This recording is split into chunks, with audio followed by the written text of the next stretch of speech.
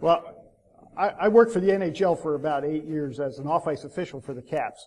And we had a saying, you know what's red, white, blue, and green? Caps playing golf in April. So. All right, here we go. So here's what I'm going to talk about today. First off, it's going to be about crime and digital forensics, not about security too much. So I'm going to define the cyber environment that we have to work with in law enforcement, some of the legal issues involved, intrusions, critical infrastructure, specifically, different cyber crimes that you would not probably suspect, digital forensics, and then my latest project, which I've been working on since early September into August, which is the D.B. Cooper cold case. So, how many of you remember D.B. Cooper? Good. So, you'll enjoy this. So, what does cyber mean anyway? When I was with DoD, they would. Okay. Each agency would define cyber a different way. Well, in 1996, I got detailed to the U.S. Senate Permanent Subcommittee for Investigations. And we were to hold, was chaired by Senator Sam Nunn, and our task was to investigate the threat to the national information infrastructure from cyberspace.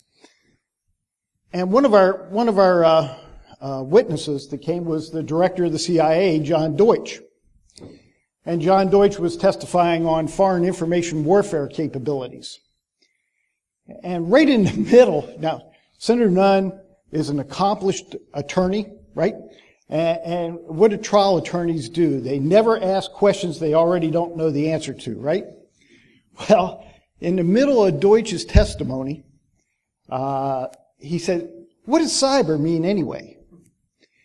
And, Deutsch's face went pale. His jaw dropped. He clearly didn't know. And he said, may I have a moment?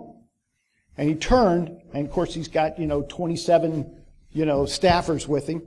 And they have a huddle for about 30 seconds. And he comes back and says, I'll have to get back to you, Senator. So, the very next day, he sent this letter. And so I'll try to read it here for you. It says, Dear Senator Nunn, during yesterday's hearings on foreign information warfare capability, you asked a rather indelicate question.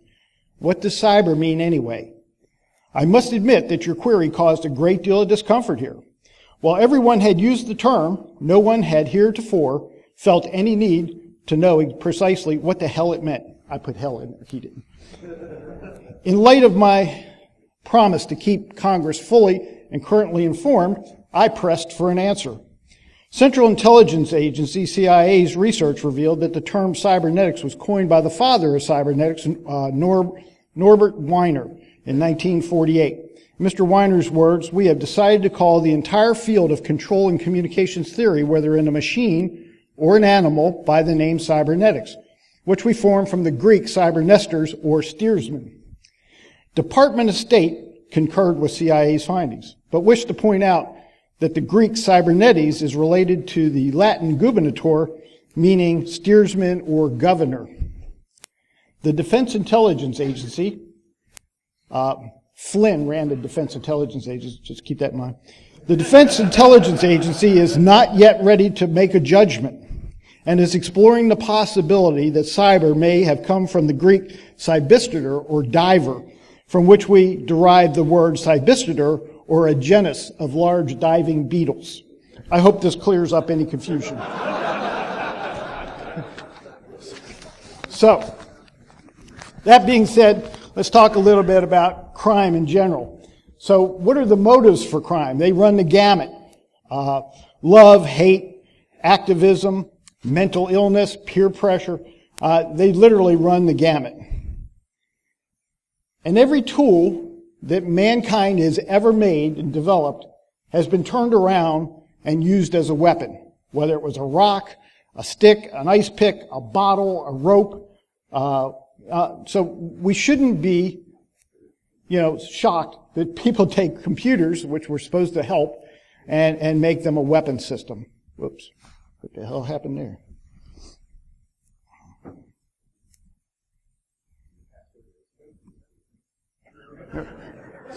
So, there are three kinds of, all crime falls into about three categories. Crimes against persons and property, rapes, drugs, murders, child pornography, bullying, fraud, identity theft, theft of intellectual property, wire fraud, online scams, and then counterintelligence, which includes counterterrorism and espionage. And so everything falls in those three categories. And computers play three roles also. So a computer can be the victim. Somebody hacks into the computer becomes a victim. Or it could be a witness. Maybe it's just a pass-through, and the witness doesn't even know that, the bad guy went through their system. And then the subject computer, the computer that actually is used to launch the attack, or has the child pornography on it. So, tools of the trade for any executive, criminal, spy, or terrorist, and some would say, they're all the same. You have to have reliable communication. You have to have your documentation. You have to have contact with your partners, so you have to have their information. Be able to do business wherever you are. You've got to be mobile. Social media today. So what tools are you going to use? You're going to use the internet, smartphones, and laptops. So there are several legal issues that we have to discuss too. There's, law is kind of a multidisciplinary field. So there's criminal law, and then there's procedural law. So criminal law says what is illegal, what's against the law, and the elements of proof to prove it. And there are laws against rapes, drugs, murder, intrusions, things like that. And then there's procedural law. Procedural law tells law enforcement how we are allowed to collect evidence. How do we get a wiretap order? How do we get a search warrant? The fact that we have to get a search warrant for things. Rights advisement. So that's procedural law. And procedural law is always a balance between individuals' rights of privacy and public safety. And you can see that pendulum, it swings depending on the recent environment. So, when 9/11 occurred, prior to that, the pendulum has swung towards privacy. Soon as we had 9/11, Congress passed the Patriot Act, gave law enforcement a lot more capabilities. But now that we haven't had a major terrorist attack, it's starting to slide back towards privacy. And then legal issues, especially in the cyber environment, are international. So each country has its own legal infrastructure and its own sovereignty. So we have to have mutual assistance agreements with other countries. Some cooperate, some do not cooperate. Some have a cyber capability, some do not. So let's talk a little bit about a cyber attack. So I think that defending against a cyber attack is the opposite of defending against a nuclear attack. So, thank you. That concludes my briefing for the day. I want to end on a high note. If you think about nukes, especially now when we're talking about North Korea and Iran, we know who the bad guys are and who has nukes or who is developing that capability, and we have a significant surveillance on those sumbitches, right? And if they were to launch an attack, we would know within, in case of North Korea, we know they're preparing to do that. If they launch an attack, we're going to know within a fraction of a second that there was a launch, and pretty quickly we'll be able to determine the trajectory and what the target's going to be. And we have a response. But in the case of a cyber attack, it's the opposite. Now we got to sit back, because everybody has the capability. You all have the capability in your flipping pockets today. So anybody can launch that attack. So now we have to sit back, can't surveil everybody. So you have to sit back and wait for the attack to occur, and then work backwards after the attack for the attribution. Much more difficult. And then, to complicate things, is the legal issues. Here in America, these are exclusion zones for the military and the intelligence community. Posse comitatus prevents the military and intelligence community from watching and surveilling in the United States.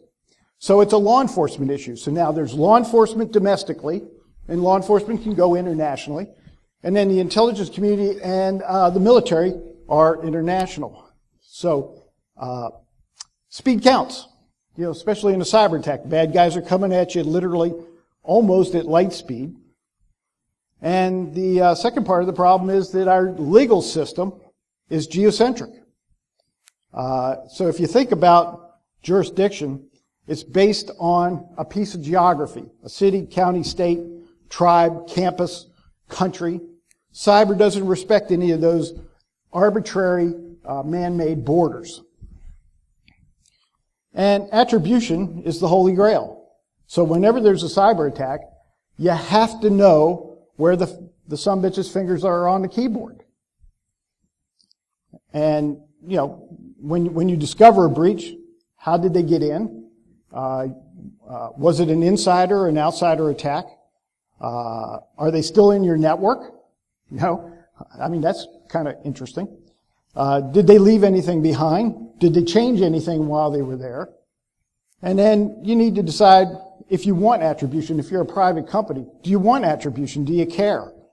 If it's an insider, do you have the in-house capabilities to achieve that attribution? Or do you have to hire a contractor? Or do you want to call law enforcement?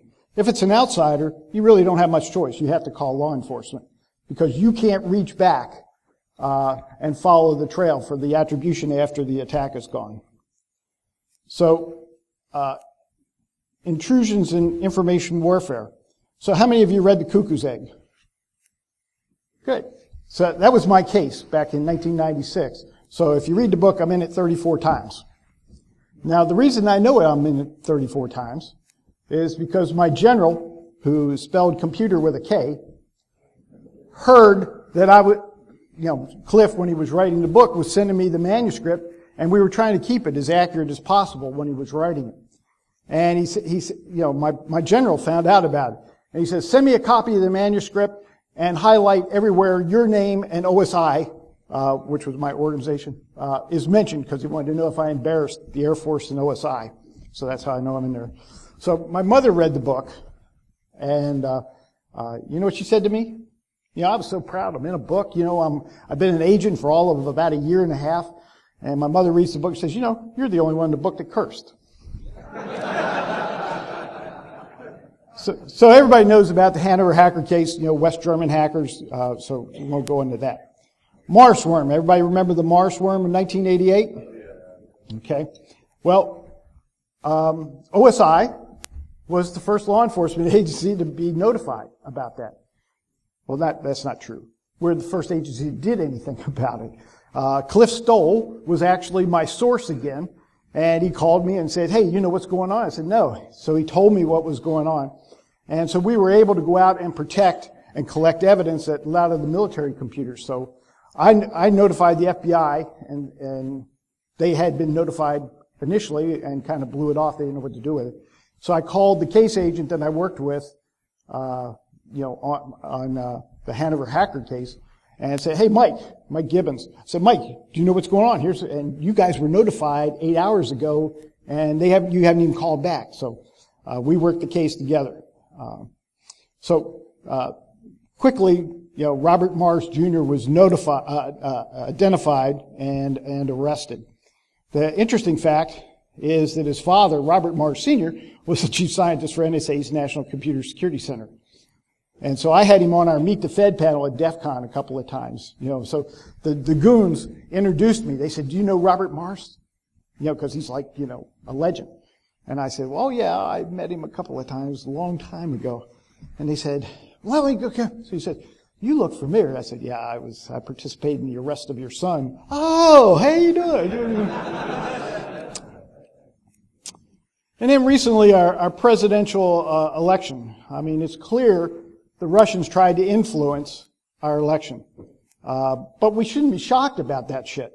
I mean, dogs chase cats. I mean, really, what is an intel organization supposed to do? I mean, shit, if we're not doing it, then our guys aren't doing their job. So, and what kind of perplexing is, you remember the DNC system when Senator Sanders' staffers hacked into Clinton's database of donors? That's a violation of USC 1030. How come there was no investigation on that? I mean, that was clear violation, insider exceeding their authorization level. Well, so in the future, I think you have to expect everyone's election are going to be influenced anyway. I was a chief election judge in Anne Arundel County for 6 elections, and we had it was computerized voting, and I'm going to tell you, it was so insecure, and I kept raising my hand in the class, saying, "You can't do that, And it takes a conspiracy of 2 to change votes. That's all it takes, and so they have actually in Maryland have gone back to paper ballots this year. But hard to influence large elections, like a national election, because every jurisdiction has their own process, their own machines, and they're not interconnected. But, that's the way we're headed. Let's connect everything to everybody. So, I guess the bottom line is ignorance is not bliss. The government, I ran the Hanover hacker case in 1986, and still the government hasn't done shit. We still don't have our act together.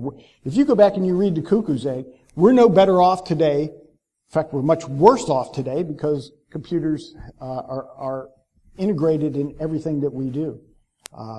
Just sad. Critical infrastructure protection. In 96, when I left the Senate, I went to the President's Infrastructure Protection Task Force down at the FBI headquarters, and we were going to protect the critical infrastructure for the United States. There were 6 of us, chaired by the FBI. Anybody here from the FBI? Oh, so you guys haven't had the lobotomy? Okay, that was the worst 2 years of my career. After working at the Senate and working for OSI, you're running at 110 miles an hour, and you got to the FBI and it's glacier-like. I can give you so many horror stories about working at FBI headquarters, and they used the word perfect. You weren't allowed to have email addresses. You didn't have cell phones.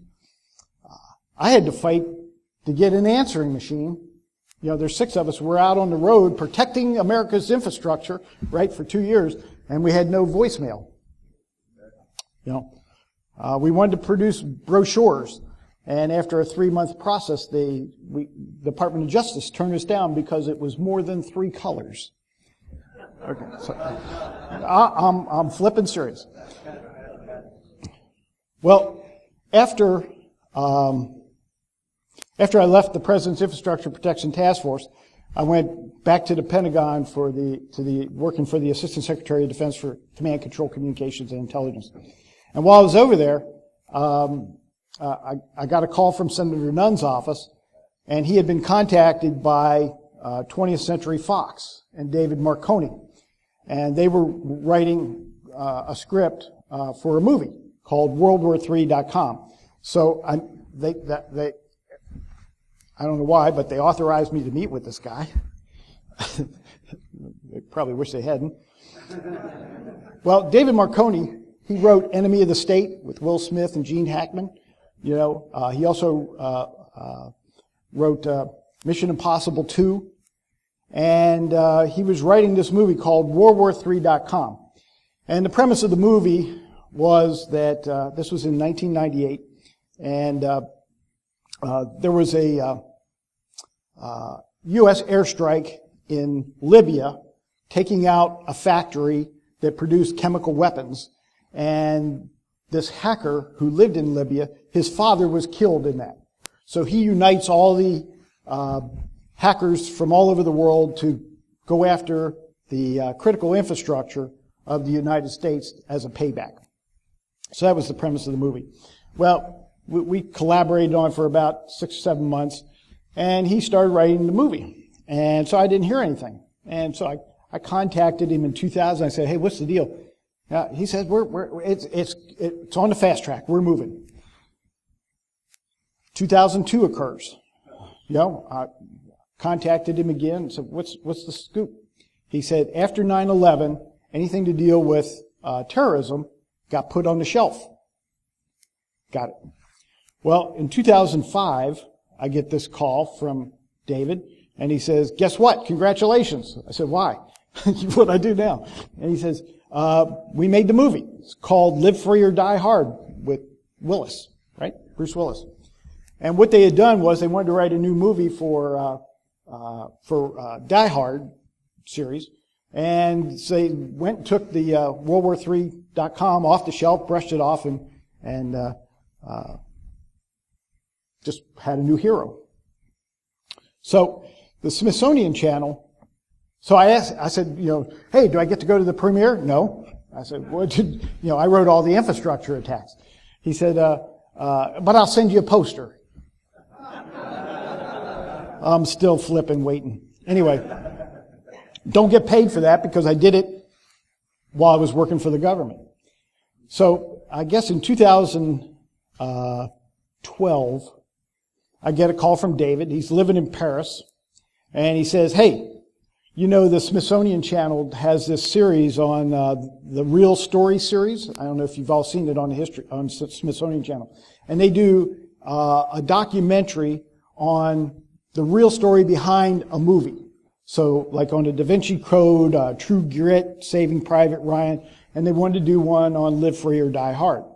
So they said, you need to talk to Jim Christy. So they, the BBC sent over a team, spent a couple days with me.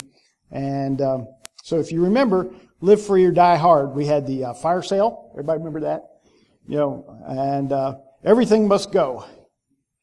And you remember Gabriel, the bad guy, to McCain, told him, John, you're a Timex watch in a digital age. Okay? So that kind of resonated with me. So fire sale, so I wrote all these critical infrastructure attacks, which the government was really happy about. But they still haven't done anything about them. And today, cities are now connected. And I can remember when I was on the President's Infrastructure Protection Task Force, we were interviewing the folks who run the traffic control system for Los Angeles. And they hired a company to come in and automate the traffic control system. And so I said, is it connected to the internet? Nope, not connected. Everything it's a closed system. I said, where's the maintenance come from? Oh, it comes out of Atlanta. They dial in. So some things just haven't changed. Military bases, they all have SCADA systems. Everybody knows what SCADA systems are. But each base has their own SCADA system. Controls the power, controls the water, the sewage, electricity, traffic systems, the whole 9 yards, all controlled by the civil engineers. They know a lot about cyber. And what's really scary is that 85% of the critical infrastructure in the United States is owned by the private sector. Well, you think the government's going to come help you if you have a problem? You know what they tell you? You can shit and sleigh ride in it. Have a nice life. You're critical infrastructure. Do you think the private sector shares vulnerabilities and things like that with the government? No, that doesn't happen either. So these critical infrastructures are becoming more and more complex and more dependent and more connected, and the government has no oversight over the security. Now, this may be a little controversial, but I kind of think if you look around any public building, what do you see? You see sprinkler systems. Do you think the building owner put sprinkler systems in to save your ass during a fire? No, they put them in because state and local government put laws in for minimum security to protect public safety. So if it's a critical infrastructure like power or finances or a dam, do you think they should have to meet a minimum standard for security? That's up for debate. So, don't be a Timex watch in a digital age, government. Now I'm going to go off a little bit on the intelligence community and law enforcement community, which is my background. The intel community has had the lead in the cyber realm since 90, before Desert Storm. But unfortunately, everything is classified. It was kind of interesting. When I went to work for Senator Nunn, one of my jobs was to go around. We had to go around, interview witnesses, and find out what the hell the government was doing in all the different agencies. So we went over to NSA, okay? And they gave me a classified briefing on the Hanover hacker case. And I'm like, what the hell are you, how is that classified? Oh, it shows a vulnerability. I said, it's in a flipping book. That's public, that's been out there for 10 years. How can that be classified? Oh no, this is the rules that we have. I was talking to somebody's from Army MI, okay? In the old days, I would not coordinate my cases or take any information from anybody from Army MI. And the reason was because I was looking for a kid who was hacking a government system, and if I talked to the Army MI, all the information I got from them was classified, which I couldn't pass on to the local police department who was going to arrest the guy. So, we've done ourselves a major disservice by classifying everything. Law enforcement is starting to catch up in the cyber world, but I showed you how many law enforcement agencies there are in the United States, right? Over 18,000 different law enforcement agencies, independent, autonomous law enforcement agencies in the United States alone. Do you think everybody has a cybercrime investigator? Can you think of any crime that doesn't have a cyber nexus today? I don't think so. But law enforcement's catching up. But the federal guys, they classify everything as well. So if they classify it, they're not going to share it with the private sector or the victims. And remember, critical infrastructure is owned by the private sector, so they don't get, the information that the government has. So I think the federal government has significantly hurt our public safety and national and economic security by classifying everything. This is just too critical. Defense is important. And the reason the intelligence community classifies everything is so they can use it themselves offensively everywhere else in the world. Offense always takes precedent over defense. And government's unwilling to share their tactics, tools, and procedures with the rest of us. So cybercrime. Anybody want to take a guess what the number one cybercrime in the world is? Kiddie porn is a terrible term. Child porn. Kiddie porn kind of minimizes. Child pornography is a sexual abuse of children. So no, cops do it too. It just pisses me off. You pissed me off already. Child pornography. Every time you show an image of a child in a sexually explicit manner, you have sexually abused that child. I think everybody can agree there's probably not much that's more horrific than that. Pedophiles have always leveraged new technologies. Before we had the World Wide Web, they were doing digital diaries. Before we had digital photographs, they were doing digital diaries, and they were using encryption to encrypt those diaries. Then we had digital pictures and videos, and that just proliferated. In the old days, if you wanted to get a child porn photo, you would have to get a magazine. And so the two most prolific investigative organizations were U.S. Postal and Customs, because it was generally produced overseas and mailed into the United States. But today, every one of you could be a child pornographer, a producer and distributor. Anybody who is a somebody who's going to raise their hand one day, I know. Steganography. First time we encountered steganography in law enforcement was with pedophiles. When I was running the lab at the Defense Cybercrime Center, I got a call from an investigator in Tennessee, and he said, "Hey, Christy, I know you guys do a lot of child porn up there." I said, "What does that mean?"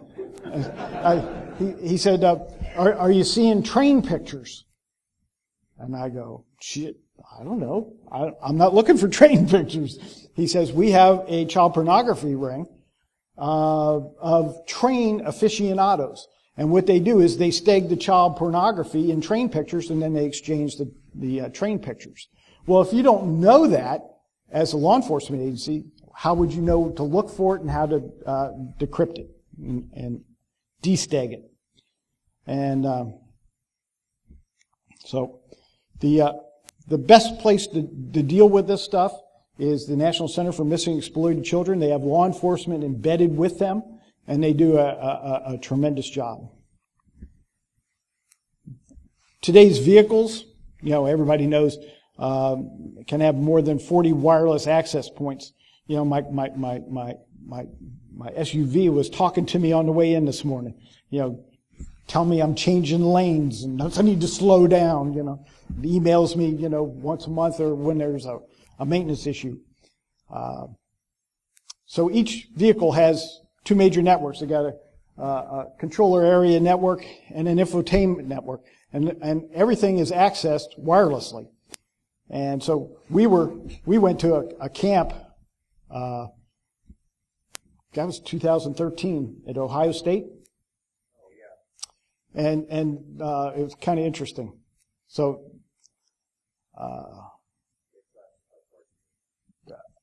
I believe, I'll skip right over to that. Well, first off, that controller area network controls your flipping, steering, and your braking. When you turn the wheel, all you're doing is having a sensor tell the wheels to turn. Well, or you brake. I think there are critical systems in an automobile, like steering and brakes, that you ought to be able to have control over and not be wireless. Okay?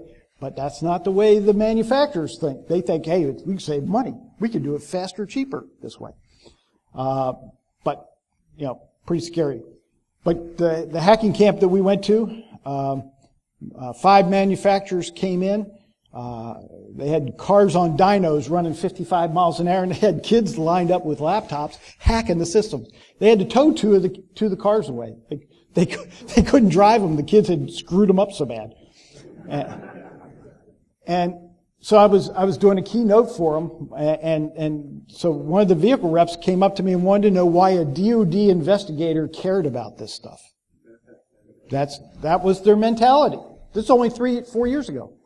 Why would you care? I said, well, number one, as an investigator, if somebody, I'm interested in the forensics of that. If somebody causes that to happen, and as the DOD person, I would like to cause that to happen, to some people. That would be pretty cool, wouldn't it? They had no idea. Medical devices, there was a guy convicted of arson. They went back and he had a heart monitor on. And they were able to go back and say the time the fire started, his heart was racing. And they used that as evidence to convict him of the arson. Digital forensics, I think, is key to solving almost any crime today. We went over the different crimes and the motives, but I think, with the digital proliferation today, digital forensics is critical. So unlike DNA can tell you who, digital forensics, digital evidence can answer all the who, what, where, when, why, and how questions. You just can't do it in 10 minutes like you do it on TV. Which goes back to the CSI factor. juries expect you to be able to find all the evidence and do it quickly, and so do judges. So I created a thing that I call digital forensics intelligence. So you have three communities, let's say. You had the national security community, the Department of Defense, the military, the intelligence community. You have the public safety community, law enforcement. And then you have the economic security, private sector communities. And where they all overlap, if you're investigating crimes in those areas, or espionage, or an intrusion, I think digital forensics and the tactics, tools, and procedures used by those investigators are critical. So, law enforcement's work in child pornography, ID theft, organized crime, and you know what? The TTPs are the same for the intelligence community as they are for law enforcement, as they are for the private sector. We all use the same tools. And the bad guys use the same tools and techniques to commit their crimes. And those three communities have to start sharing digital forensics intelligence to be able to solve whatever issue they have. And it's a multidisciplinary field as well. One of the first crimes that we actually used the term digital forensics in was a case I had back in 1991. It was, we had a wife of a GI over in the Philippines, and she was murdered. She was stabbed 42 times. She was off base, found in the front seat of her pickup truck. Husband was a suspect, but he had an alibi. He was on base, and in those days in the Philippines at Clark Air Force Base, you had to sign in and off base. And so he was on base when she was murdered. So our OSI guys went in to interview him as a witness in his office. In the middle of the interview, he jumps up, reaches down into a box on the floor next to his desk, pulls out a pair of pinking shears and a 5¼ inch floppy disk and cuts it up. So by the time they stopped him, he had done significant damage. So they called me in DC and said, okay, we're sending you these diskettes, this diskette. We want to know what's on them. I'm like, yeah, great. So while they were en route, I'm contacting all the law enforcement agencies in the area. Nobody had a capability to recover the data. So I went to the intelligence community. I went to NSA. So I negotiated with their general counsel, and they said, okay, you can come up and ask, but you're going to have to talk to 6 different groups, and you have to do them individually because one group's not allowed to know what the other group does. And that's okay. So I came up, and so they all told me the same thing. We have a theory on how to get that data, but we've never actually applied that theory, so we don't know whether we would be successful or not. So what we'd have to do is get resources, set up a lab, get equipment, get people, have money, and then in a year we can test these theories. Well, meanwhile, I have a problem with speedy trial issues. So our boy has to go to trial. So I went to the private sector, and they didn't have a technique or tool for that. So went to the CIA. And CIA said, we can get that data for you. I said, great, thank you. They said, but how we do it is going to be classified. So you won't be able to use the information in court. I'm like, well, what the hell good is that? And he said, well, I said, oh, hey, we'll get the data for you. So we turned over the disk pieces, and you can see when we got them, we started putting them together like a jigsaw. But we didn't have one diskette. We had 2 diskettes, and we had 23 pieces, and we didn't have all the pieces to each diskette. So they were actually different manufacturers. The Mylar was a little bit different color, and we were able to separate them except for the 4 pieces in the middle. We couldn't tell which disk they belonged to. So CIA takes my disks, pieces, 2 weeks later, they called me on the phone and said, okay, come get your damn discs. I said, what does that mean? And they said, we can't tell you over the phone. Okay. So I drive around the Beltway with my deputy, Ed Cutchins, and we go in and they say, we tried our 3 techniques and they didn't work. So unfortunately, here's your diskettes.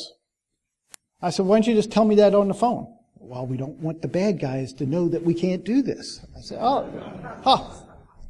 So we jump in the car with our diskette pieces. We're driving back around the Beltway, and Ed says to me, okay, you gave all the big boys a shot. You're going to give me a shot. I said, what the hell are you going to do? He said, I'm going to scotch tape them back together. I said, get out of here. You can't scotch tape discs, because on a floppy disk, the head actually rides on the Mylar. There's no air gap like in a hard drive. I said, you're going to rip the read-write heads off. He said, geez, don't know if we don't try. It's okay. Get back to the office. We grab a couple of diskettes. We put some data on them, and we cut them in quarters, and then we tape them on one side, put them back in the jacket, and he whips out my laptop with my external 5 1/4 drive. And I said, what are you going to do? He said, I'm going to read it. I said, you're going to rip my read-write heads off. He said, won't know if we don't try. I said, okay. Turned it on, and it took about 15 seconds, and you could hear the heads flying around on the inside of the chassis. So we won't say what I said. So we pulled it out and said, let's pretend we're NSA scientists. So we pulled the disc out of the jacket, and one of the NSA guys said, what'd you do, take a coffee break? No. So we pulled the disc out of the jacket. Where the splice was on the top was still nice and smooth. On the back side where the tape was frayed. Tape is what ripped the read-write heads off. So we need to start brainstorming. How do we cover up that tape? So I said, what if we put another blank diskette and sandwich the tape between 2 discs? So we tried that. So while I'm doing that, Ed goes up to the small computer tech center and gets a stack of external drives, because I know we're going to rip the hell out of these things, and put it in. And we had 2 diskettes. One had the character A's throughout the whole disk. The other had character B's. And we were able to do physical reads and get A's from the top and B's from the bottom. So now we had a technique. Problem was, the disk pieces had been crumpled up. So we had to find a way to iron them. So I tried to, put a t-shirt over it and iron it with an iron. That didn't work. So what we found was a soldering iron. Attached to a rheostat so we could adjust the temperature. And then we took a piece of brushed aluminum tubing and slit it and put that over the heating element of the soldering iron, and we rolled that, and that took the creases out, and we were able to make that work. But if you look at the orientation, some of these pieces don't have an outer edge or inner hub, so we didn't know actually how to align them when we taped them back together. So I found this stuff called Magnecy. It's a real fine ferrous powder suspended in alcohol-based solution. You shake it up and you throw it on magnetic media. The magnetic particles align with the magnetized spots. The liquid evaporates, and you can actually see tracks and sectors. And if you can see them, now you can align them, because it was only a 3.5 inch out of 5 1/4 inch disc. It wasn't very dense. So with a magnifying glass, you could actually align them and then tape them together and brush off the powder. So we were able to get somewhere between 85 and 95% of the data off each and every piece. And what we found was that our subject, his wife, had actually divorced him and left the Philippines and moved back to the United States. And we found the love letters that he was sending to her saying, please, I love you, come back and remarry me, and which she did. At the same time he was sending those letters, he was sending letters to his Filipino housekeeper, who was his girlfriend, asking her to hire the hitman. When his wife came back, we found the letters for the hitman, and she hired 2 of her cousins, and they shared $105, stabbed her 42 times, and killed her. So we found all that, and then we found the letter upping her life insurance to $450,000. So once he was confronted with all that information, he pled guilty and was sentenced to life in prison. So Forensics Files did a piece on this. So every once in a while somebody calls me and says, "Hey, your Forensics Files cut up diskette cases on TV to now." So if you see it, it's called sheer luck, which pissed me off. That was not sheer luck. That was research. Okay, for the last couple minutes, I'm going to talk about what I've been working on since September. So I was asked to join a cold case team for D.B. Cooper. So everybody knows D.B. Cooper, right? He was his name actually was Dan Cooper on the ticket, and the media screwed it up and made it D.B. Cooper, and that just stuck. But he hijacked a Northwest Orient Flight 305 day after Thanksgiving in 1971, and today it's still the only unsolved U.S. hijacking. He ransomed the passengers, plane, and crew for $200,000, which is equivalent to about $1 million today. Demanded $200,000 in cash and 4 parachutes. So when they landed in Seattle, when the parachutes and the money came on board, he allowed the passengers to leave, and he kept the crew and demanded they fly him to Mexico. En route, he went down the back stairway, never to be heard from again. And all the crew, he made go up in the front. He had a briefcase with a real or simulated bomb in it.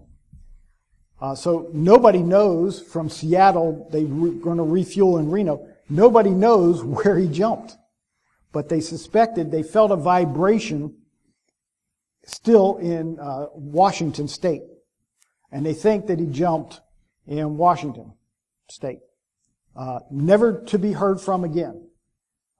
So they don't know whether he died or whether he was successful in the jump. So a friend of mine, he's a friend of mine now, I didn't know him then, is leading a cold case team. His name is Tom Colbert. And so if you go to his website, dbcooper.com, he has all the videos and interesting information on D.B. Cooper. So he comprised cold case team of over 40 federal, state, and local law enforcement, polygraphers. Polygraphers were really key in this. Criminologists, prosecutors, judges, intel guys, forensic experts, handwriting experts, and it's been a 6-year investigation. And the History Channel aired a 4-hour episode last July. So, Cooper, they identified who they believe the suspect is. They believe it's a 73-year-old, lives in San Diego today, Robert Rackstraw. And you can see the FBI sketch artist and then his military picture from 1971. Pretty similar.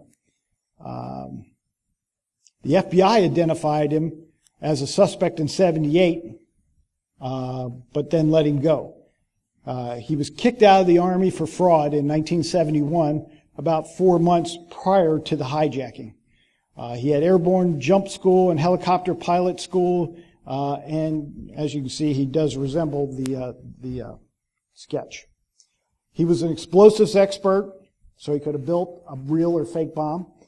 Military and sport parachutist. He was stationed in Vietnam for 2 or 3 tours, and he jumped with the Army. He also did sport jumping with the Army. He was a heavy smoker, and in 79 he was training the Shah of Iran's helicopter pilots. He was tried and acquitted of murdering his father-in-law, and he was convicted felony for check kiting, plane theft, and illegal explosives. Served 2 years in federal prison. Kind of a timeline on him. He enlisted in the Army Guard in 64, infantry jump school 67. 68 he battered his wife for the first time, or at least we reported the first time, and she put in divorce papers and then withdrew them later. In 68 he also went to PSYOPs training, helicopter school. 69 deployed to Vietnam, and he was actually a war hero in Vietnam. Rackstraw had a Silver Star, Distinguished Flying Cross twice. He was promoted. He started out as enlisted, became a warrant officer, and then a first lieutenant. And then in 1971, he battered his wife again, and the wife and kids went to a shelter. Army opened an investigation, and in June, he was certified as a commercial chopper and fixed wing instructor. But the investigation concluded, and he was kicked out of the military because he lied about his college records. He actually was a high school dropout. And he disappeared when he got kicked out. And he disappeared in June of 71, and in November 24th, day after Thanksgiving, was the hijacking. So we think that was kind of a motive. The flight attendant asked him while she was sitting in the back while they were talking, and she says, "Why are you doing this to Northwest Orient?" She said, "Do you have a grudge against Northwest Orient?" He goes, "No, just a grudge." Some of the other quotes, when he was following his sentencing for the fraud and explosives charge, a reporter asked him if he was the hijacker, because there was always rumors that he was the D.B. Cooper. And he, smart ass, "I'm afraid of heights." And he says, "Reporter, you have parachute training, and as you mentioned yourself, your background suggests that you could have been D.B. Cooper." Could have been. I could have been. You don't want to commit yourself one way or the other? Nope. Can't commit myself on something like that, Warren. He does not deny that he's D.B. Cooper, So, no cyber nexus to this crime back in 1971. Once the History Channel documentary aired, there are several, forever, there have been Cooper research websites out there. And all these sleuths, law enforcement guys, private investigators, they all have been trying to figure out for 45 years who D.B. Cooper is. Well, we monitored those, and two bloggers with no history of blogging popped up on three of the computer-related, the Cooper-related websites. And they seemed to have information that our team had collected that nobody else knew, that we hadn't publicized, wasn't in the History Channel documentary. The team has accumulated over 110 pieces of unique evidence that points directly circumstantially to Rackstraw, which I can't get into, but if you go to the website, you will see, the ton of information. Theory was Rackstraw was the blogger, or he had people blogging that he was controlling for him. So I was asked to join the cold case team to identify who the bloggers were. So I put an undercover team together. Four of us created fake identities and joined these Cooper research sites. The team had over 130 years of cyber investigative experience. And I used the same technique I used in 1987 on a pedophile bulletin board. So what we did was we all joined at a different time, and then talked among ourselves, knowing other people were watching, trying to draw him in. And it took about 2 weeks. But I coordinated and scripted all the team's comments, online comments, and we brainstormed how to get this guy to come to us, and then we set up a document that as bait that was going to be surveilled, and took about 2 weeks, and he took the bait, and we reconciled his location to North Hollywood. So not definitive, but in the so this is the interesting part. A guy, because this History Channel episode had aired, some guy calls Tom Colbert out of the clear blue and said, "Hey, I'm a 32-year-old male from Mississippi, and I've catfished Rackstraw on Facebook. And so, so Colbert says, hey, that's computer. You guys, can you handle that? I said, yes, I'll run them. So, I kept the two operations separate. I didn't let my catfisher know, about our other op. So everybody knows what a catfisher is, right? It's a bottom-dwelling thing. So this catfisher, he pretended he was a nurse, 52 years old, from Mississippi, sent flattering messages to Rackstraw and a friend request. Asked him if he was D.B. Cooper. After a month, Rackstraw accepted and started to interact with Kelly. So I wanted to know who I'm dealing with. So we exchanged a couple of emails and finally had a phone conversation. And I wanted to know his motivation for doing this. And he said he was bored, saw the Cooper documentary. He was married with 3 kids. His wife divorced him due to his previous Facebook activity, but they were back together. And he catfished for fun to satisfy his Facebook urges, and because his wife wouldn't allow him to have a Facebook account. so he had others, And let me tell you, so I had my ex-wife was an agent. She's a private investigator, so I called her and I said, "Hey, can you do a records check on this guy and background investigation on Kelly?" So all the information that he had provided me was accurate. 32 years old, 3 kids, provided his real address in Alabama.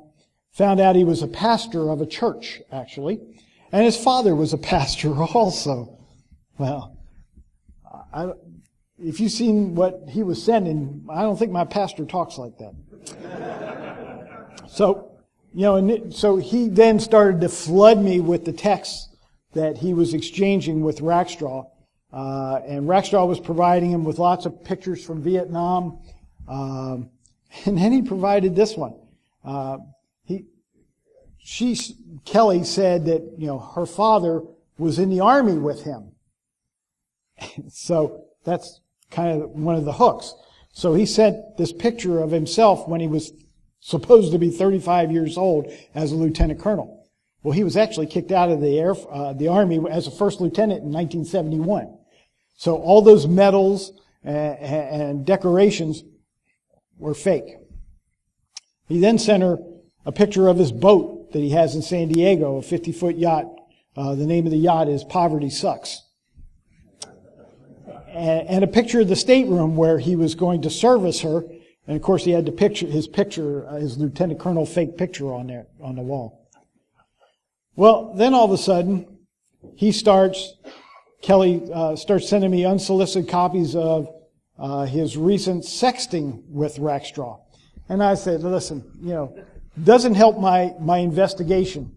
It doesn't help. I know a lot of people that would say they were D.B. Cooper if they thought they were going to get a blowjob, So it doesn't help the investigation, okay? Sorry, but so stop, okay? So part of running an informant is that you have to be able to control them.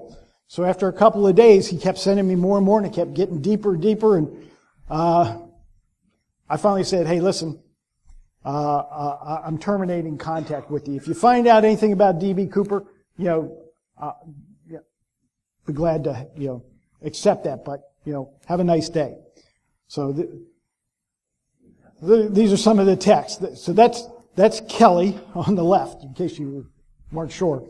And D.B. Cooper, so now you've seen a picture of D.B. Cooper's penis. So some things. So now I can tell you, only 4 people in the whole world had ever seen that picture till today. So now you'll have to think about it all your life, like I do.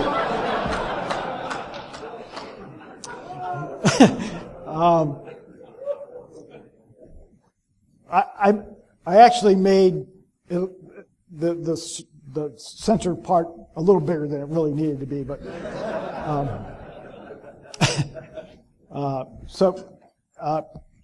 Cat Fisher had a meltdown.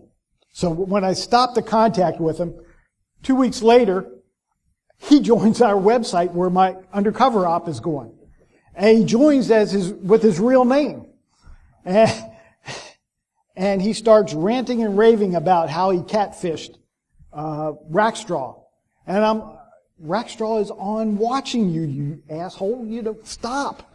So I'm sending him texts. Hey, he's watching. You don't understand. And he just wouldn't stop. So finally, I called the system administrator and we got him kicked off. And he still was trying to get on. He was going to other sites. So I called his father. and it stopped. I said, and he called me and said, don't call my family. I said, my next call is to your wife. So you stop now. So he did stop. So he continues. He's like my best friend. And he sends me texts and theories on Cooper all the time. He became Facebook friends with Rackstraw's wife and daughter. And he's created other personas out there. So I contact Facebook security periodically and have him kicked off. So unfortunately, we can't conclude from our op whether Rackstraw was the blogger or directing the bloggers. But the investigation continues. And there'll be magazine articles. There's a book, Master Outlaw, The Last of the Master Outlaws, and things like that. So, I did have a call the other day from the Abraham Lincoln assassination cold case team. So you never know when cyber's gonna, have a role in a case. So, remember, don't be a Timex watch in a digital age. If you're interested, I blog a little bit for Symmetria. So I trash all the different entities in the government. So if you're interested, please friend me and and if you need to contact me, this is how you get a hold of me. Okay.